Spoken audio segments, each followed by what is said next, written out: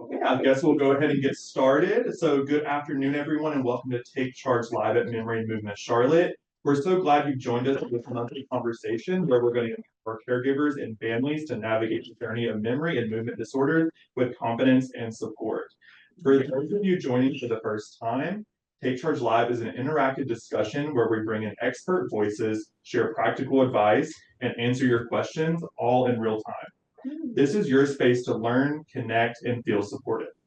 I'm Cody Williams, your moderator for today's session, and we have an important topic lined up, music and art for the mind. We know this is something many of you find interesting, and our goal is to provide clarity, resources, and strategies that make a difference.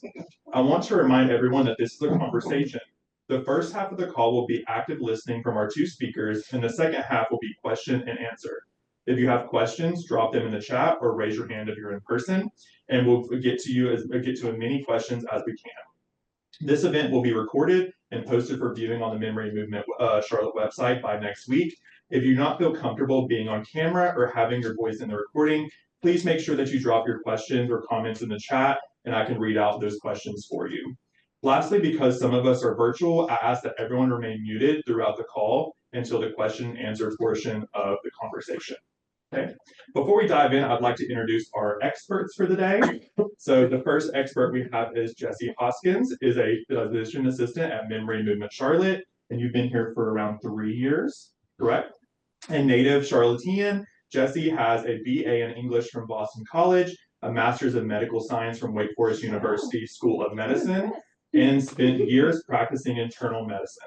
She brings additional training and certifications from Duke as an integrative health coach, and uses his experience to further support patients and caregivers here at Memory and Movement. Tracey Esser, that's how I pronounce it right, Esser? Yes. Is a music therapist and life enrichment coordinator at the Ivey in Charlotte, with a BA in music therapy from Shenandoah University in Winchester, Virginia.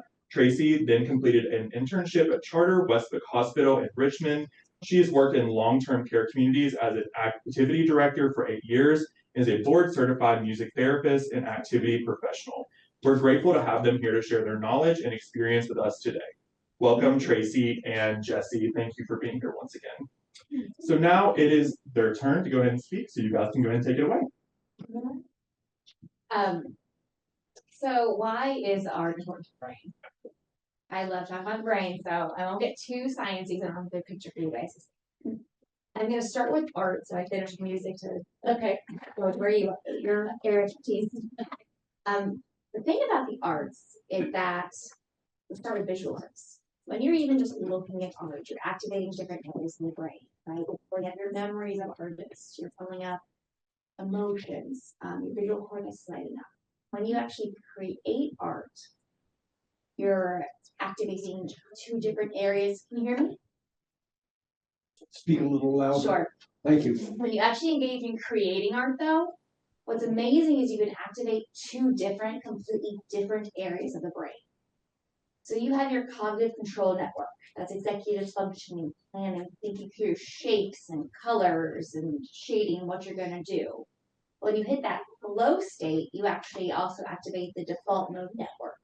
That's the area of your brain where you actually your daydreaming, your imagination goes. Those don't typically light up simultaneously.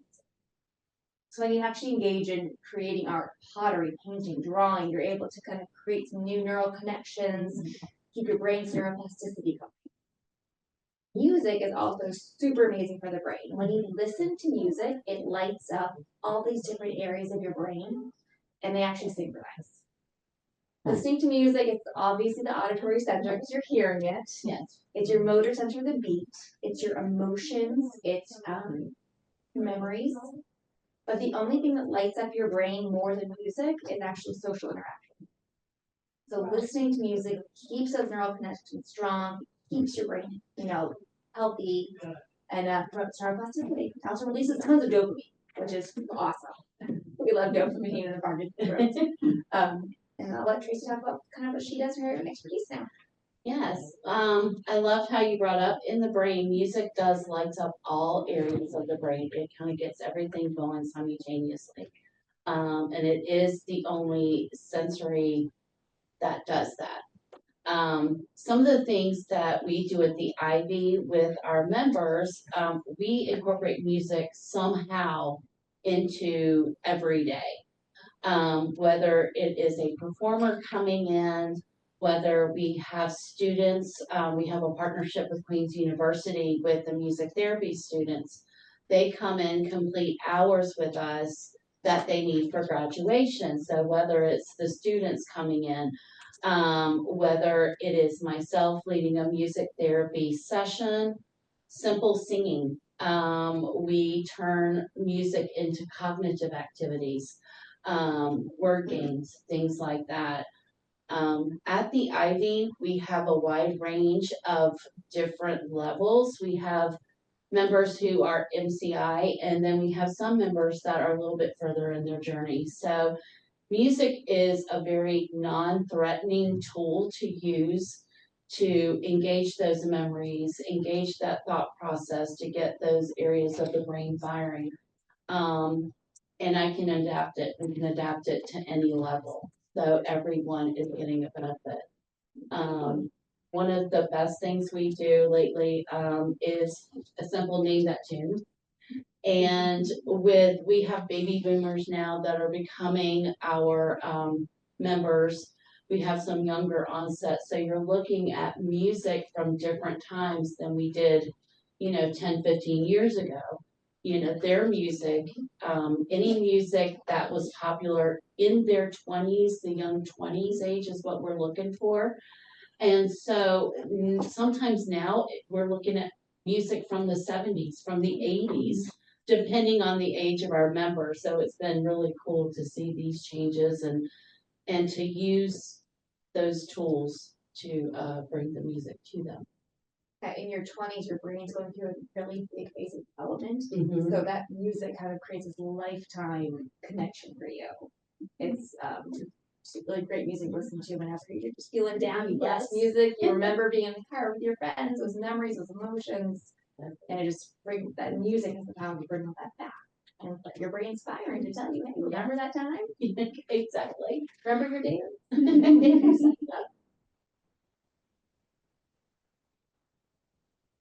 Okay, our chat.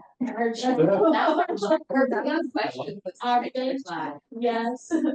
Love that. So now it's y'all's turn, right? So if you guys have any questions, feel free to go ahead and drop them into the chat, or you can raise your hand. If not, I also have some written questions that was submitted by you guys as well. So go ahead and fire when ready. And we do have a request from someone in the chat, to please speak slowly and loudly so that everyone on Zoom can hear us. Okay, perfect. Is there a particular kind of music that works, has more effect? That is not really. It depends on the person you're working with. You want to know what their preferences are. Also the age, again, you want music that was popular in their prime, like their mid-20s, early 20s. That seems to have the better responses. Another suggestion, if it's someone, maybe they love big band music. But again, it's just knowing their preferences and what was popular in their early 20s. And music you like or love releases the most dopamine. Yes. So if you like the music, you get a little dopamine. If you love it, your brain surges. Especially if you get chills from music. So it's most important that you like the music. Yeah. Don't listen to Mozart because you think it's good for your brain. If you hate it, it's not doing anything. Yeah, there was a book, The Mozart Effect, and yeah, it doesn't work on everyone, if you're not into classical music. There's just a few technical things that, people in the chat are mentioning about hearing. Going forward, we're going to repeat the question if it's asked in the room so that everyone on Zoom can connect the question with the answer because they might not have heard it. And a request to just speak slowly, loudly, and clearly. And we have some questions in the boxes here too. One is, what exactly is music therapy? That seems like a good place to start. That's a good question, a good place to start. Music therapy is a behavioral science, so you are using music to change behavior. Again, music is a great tool in therapy, just because it's a non-threatening, means. Everyone has some association with music through your life, music and rhythm, going all the way back to when, you were an infant in your mother's womb, you had the mother's heartbeat. So that is something that everyone can relate to, and it makes it very non-threatening. So yes, some goals that we work with in music therapy, we work with, motor skills, whether it's fine motor skills with playing instruments, whether it's gross motor skills in walking. If there is a movement kind of issue, we can play music to a certain tempo to get to work with their physical, problems, or with lack of a better word. Also, the reminiscing, bringing those old memories back, it fires the brain. So those are just a few of the things that we can do, with music therapy. Is there an effort to avoid music or art that brings back bad memories? Or would bringing a bad memory to mind really serve the same purpose to get your mind thinking? I would say with, Can you kind of repeat what he has? yeah, if there's bad memories associated with music, is that something you want to avoid? I would say yes, to an extent. We don't want to bring, because that's not firing your dopamines. You're not getting the same effect if it's bringing fear, sadness, remorse, anything like that. One of the things with, our members that have dementia, it is such an in the moment, journey. So, people don't remember your name, but they're gonna remember how you made them feel. And so you want to get the dopamine going, you want those good feelings. So being very careful. There are times when, I'll give an example, like if you're listening to music and it's loud, and it could be like an orchestra, lots of instruments and things, that may cause overstimulation, fear, just from the sound and the loudness. So in that situation, you would just want to stop that music and then give it time, maybe reintroduce a slower song, a softer song with just a piano, or, maybe a piano and a harp, just breaking it down. Because when we're working with members who have dementia, sometimes all of those different sounds get very confusing and very overstimulating. So that's a long answer to your question.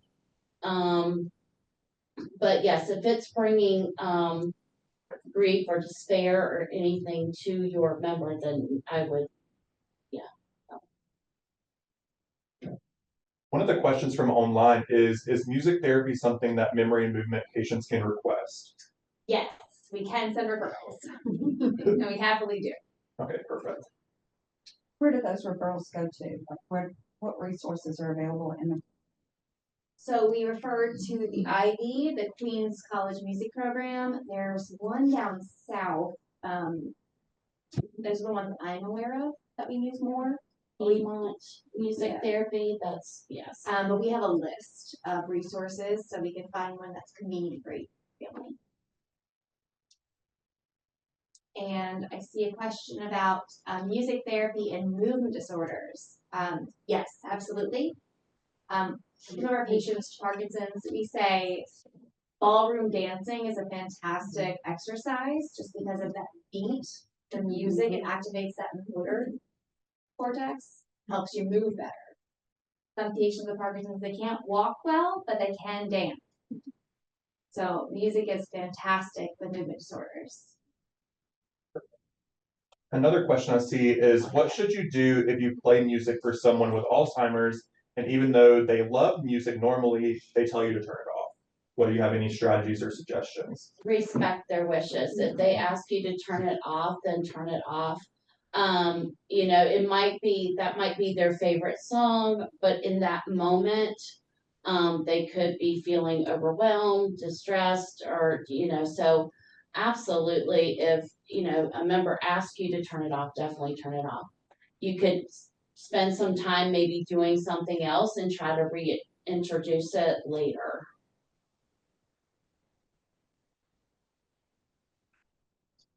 Question. Is there a connection between music and speech? Like if a person is sort of stumbling to find words, does singing the conversation help? I feel like I read that somewhere. Singing can help with conversation. A lot of music therapists will work with a speech therapist with there are vocal exercises that you can do that will shape the mouth for certain consonants and vowel sounds. And that's where they work closely with the speech therapist But does it help to introduce that. recall the words? There are different pathways in the brain, singing and Mhm. language. We have a patient here who has aphasia. She can't speak, but she can sing. Yeah. She's a trained singer. Well, Every now and then you walk through and hear her singing. can she sing the thing that she wants to say, or does she just sing the song as it already is? You know what I mean? Like She's singing a song, not her words. it's not her words. Okay. Yeah, we've had that same experience at the Ivy where they've lost their vocal or their speech patterns and there's, you know, they can't use their words, but people will sing. Yeah, no, I was just going to mention that because I remember my days at the Ivy as a volunteer and everything, that there were people that, whatever, you know, they didn't like that song or the words, but they would put their own words to that melody and so forth, and that made them happy. So if that made them happy, Connie was happy. So, Absolutely. you know, yeah. Yes, we have a member who wrote the America the Beautiful and her version she did. So this brings her joy and she loves to perform it anytime she is offered the chance. So My brother-in-law is 95 and he's in a memory care center in Columbia, South Carolina. And I was visiting him one day and the gentleman who was leading the group activity started just saying the first 3 words or so of a song, like "Take Me Out." And I was absolutely amazed. I mean, these women and my brother-in-law, he's the only man in the they knew every song and every word, and it just lighted up the room. It was just amazing. yeah.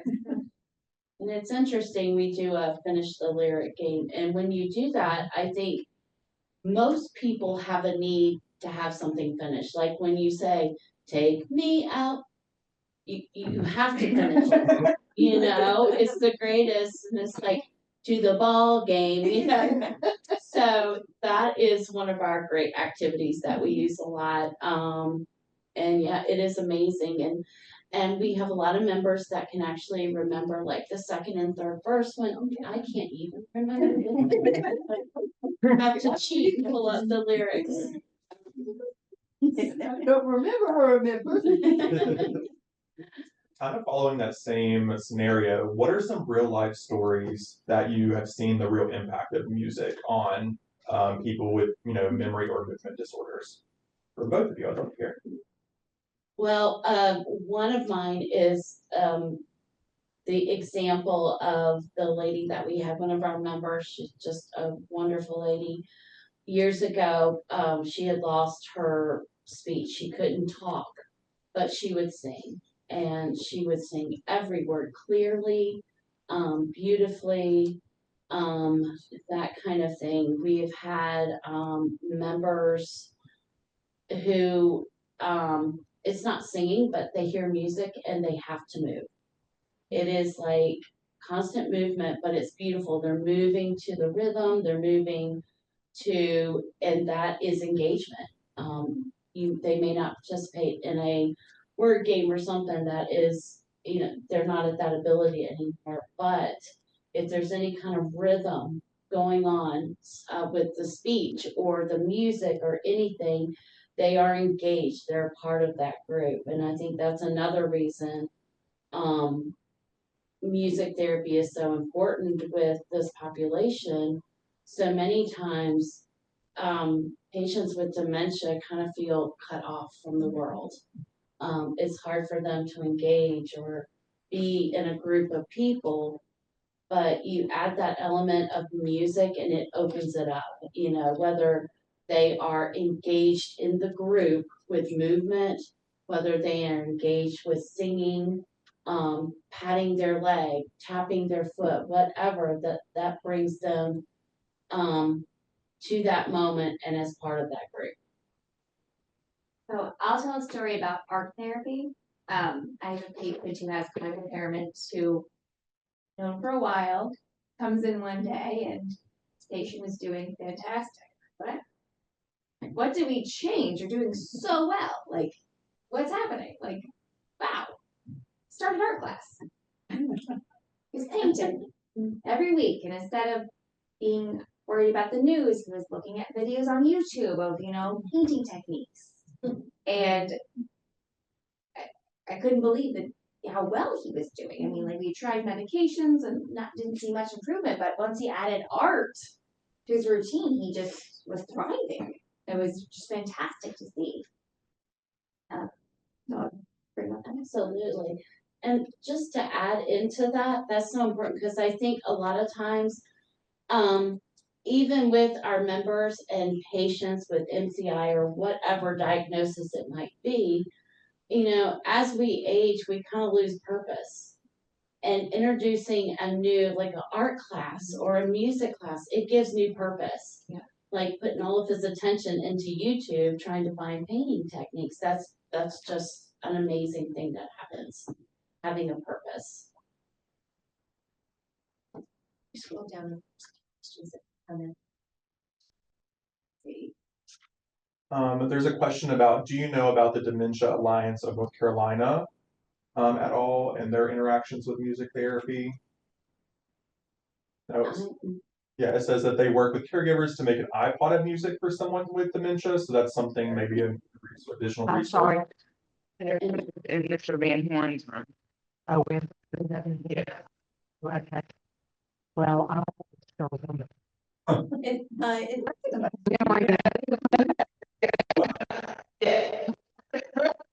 Yeah. Whoever's speaking, your microphone is very out and in if you're trying to speak. It's like this. No, we can't even get things that we're just saying it, Yeah, you have to keep it toward the heat and it's all good. Click on participant. I'll forget it. Unmute us. Okay. Good stuff. But yeah, so yeah, that seems like maybe an additional resource if you guys are interested to do your own research there. Going back to the iPods, I would suggest, just in my experience with members, we have tried iPods and it's a great idea. Just be careful of any kind of earphone, earpods, anything like AirPods, whatever they're. Well, because that adds a whole different sensation for someone that's, has cognitive difficulties and that could backfire. So just be aware of that and that, whoever is using the iPod, that they're okay with this extra sensory. Okay. Let's see. Oh, and then she also added on to that to say they send headphones, earbuds, and speakers, and it's all free. Okay, Right. that's So it's all nice. free. So that's a good Yes. suggestion there. Thank you, Marcia. Let's see if there was They any. asked about singing versus listening. Yeah. I don't know if it increases the experience, but I think if you love to sing, go for it. Absolutely. If you're in a choir, I think the socialization of being around friends, people with similar interests, also is a huge benefit.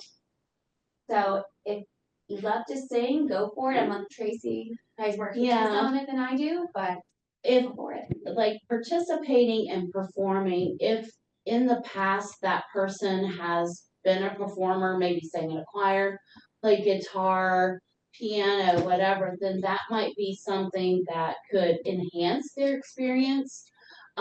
If you take someone that has never had a lesson in their life and you put a guitar in their arms, that's gonna cause stress. So again, if they show an interest and maybe they would like to, but you don't wanna add a stressor to a new idea. So yes, both, you get benefit out of both, the listening, the singing, and the performing. I know you guys were talking a little bit about art. No, I was just gonna add on to what Tracy was saying, that I remember again, as a volunteer, that there would be people sitting around and somebody would be playing music and all of a sudden you would see somebody this or with a violin or whatever and sitting in the crowd and everything. So obviously the performer was bringing something out of those people that, nobody knew about. Yeah, exactly. That actually leads to one of the questions that was submitted online, but somebody was interested in if there was any volunteer opportunities in terms of music therapy. So is there opportunities at the Ivy for volunteering? We have volunteer opportunities at the Ivy. Mhm. If they're interested in music, and absolutely, contact myself or Betsy, my program director, so. Okay. Could you give us just a little more information about the Ivy? Yes. Just for people who are not familiar with what that is. Absolutely. Well, we are a memory care respite program. Before COVID came and did their thing to everybody. Right. We were a full-time adult daycare. And we were licensed and all of this. So we were open 5 days a week, from like 7:30 to 5:30 in the evening. Meals were provided, we had programming, for all the hours that we had members in the building. We offered, therapies, occupational, speech, that kind of thing. After COVID, we came back regrouped. We are a respite, we are open 4 days a week, from 12:30 to 5:30. We offer programming 5 hours, all afternoon. We focus, when we are doing our program calendar, we focus on the 5 pillars of brain health. So we have mental, physical, spiritual, Social. nutrition and social, yes. So we focus on all those 5 pillars when we are programming. We still offer therapy if it is needed, if it is ordered by a physician. We can have therapy services come into the Ivy. That seems to make it less stressful for a lot of loved ones, so you're not having to drive them here and there. So yeah, that's a little bit about the Ivy. Yeah, and we can also include like y'all's information as well with your emails if somebody wants to reach out afterwards. Absolutely. So we can definitely include that for everyone in the audience as well. Okay, great. I saw that somebody said, oh, and just to clarify, it's the Ivy as in IVEY. Yes. So the Ivy. Right. The Ivy, right. IVEY. Okay, and I think that some of the viewers on the virtually wanted to get back to talk more about art therapy, and they're curious more about how that works. What are some examples of that, and where can they find art therapy? Well, art therapy, I know that we have a person, an artist who comes in and does art appreciation. She will do painting classes and drawing classes for our members, and she comes in twice a month. I know some about art therapy. It's not my expertise, so I don't wanna. Also not an expert, but I did go to talk on it. Similar to music therapy, you're working through feelings through art. So art therapy, the Hopeway House has art therapists. I may have some resources with our Family Care Navigator team. But you don't have to go all the way to art therapy. You can just paint, you can just Mhm. draw, you can just doodle, get a coloring book. It doesn't have to be like a set routine or referral to draw, you know. But we do have resources for where to go, and that we can, I is have, there- we're more to therapy than art therapy. Is there a list of, can I post that list with the video of this session? That's something to share? That's not a question for me. Okay. If possible, You want to ask a question? Yeah, I have a question. Mhm. Is these programs, are they geared to memory or Alzheimer's or to Parkinson's? Or both? All of it. Well, that is a big all of it. So, I work more on the movement side, the Parkinson side of our practice, and music is so important from a Parkinson standpoint, just because that motor center in your brain is getting activated with the beat. It can help with walking, with movement. If you look online and look at music, Parkinson's walking, you'll see videos of people who, their feet are stuck to the ground, they're frozen, and the music plays, and they suddenly are walking to the beat. They're moving much better because that center of their brain's synchronized. Also, like we talked about the dopamine, Parkinson's is a disease of not enough dopamine in your brain. So listening to music you love, getting that release of dopamine helps everything. It helps all your symptoms. So I'm big on listen to music you love with Parkinson's. It's so good for your brain, all of your brain, not just the motor part. It's good for your movement. So at the Ivey, it's more cognitive impairment, dementia-related work that they're doing, but I also see the benefit on the movement side of things. There are, area music therapists, I believe, that have actual music therapy movement classes, yes, specifically for Parkinson's. I'll have to research that again, but I think I have seen that. Yes. I'm a native of Charlotte, but I just want to know where to take my mom for like an afternoon class, or if she's with her caretaker, where they can go for like an afternoon art class. And it could just be like kind of pay as you go, not really being a member anywhere. My sister went and just went by the Marion Geo, the recreation center on Tagola, just to check it out. So it was like, but it's just finding places to actually make a day of it or make an event of it. Because, you can doodle and you can color books in your home, but it's not the same as in actually getting out and socializing with other people at a round table, doing an art project together. So it seems like Charlotte has so much, but then they have so little. I mean, just being a native, I just feel like, where am I supposed to go and take this person to get more engaged? The Cornwall Center is an option. So she is registered as a Silver Sneaker participant there. I know that they have pottery downstairs. Is that what you're referring to as far as the art therapy? I don't know if they have art therapy, but just for classes, they have classes. Yes. There's like skill pop-ups. There's someone at the Ivey a couple times a month. We can look at our list of resources for you for what we have. They look at the Oasis program at the JCC too. The JCC is fantastic. Is that specifically geared for seniors? Yes. Oasis. Yes, program? Oasis is the name of the city. Oh, okay. At the JCC. Yeah, on Providence Road. We want to repeat that just for, make sure everyone online heard that, about those resources. So we were mentioning places to kind of make a day of it to get out.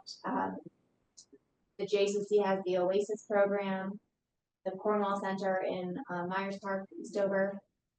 There's skill pop-up classes, the Ivey, the art classes a couple times a month. I know of more music therapy than art therapy options in Charlotte. Right.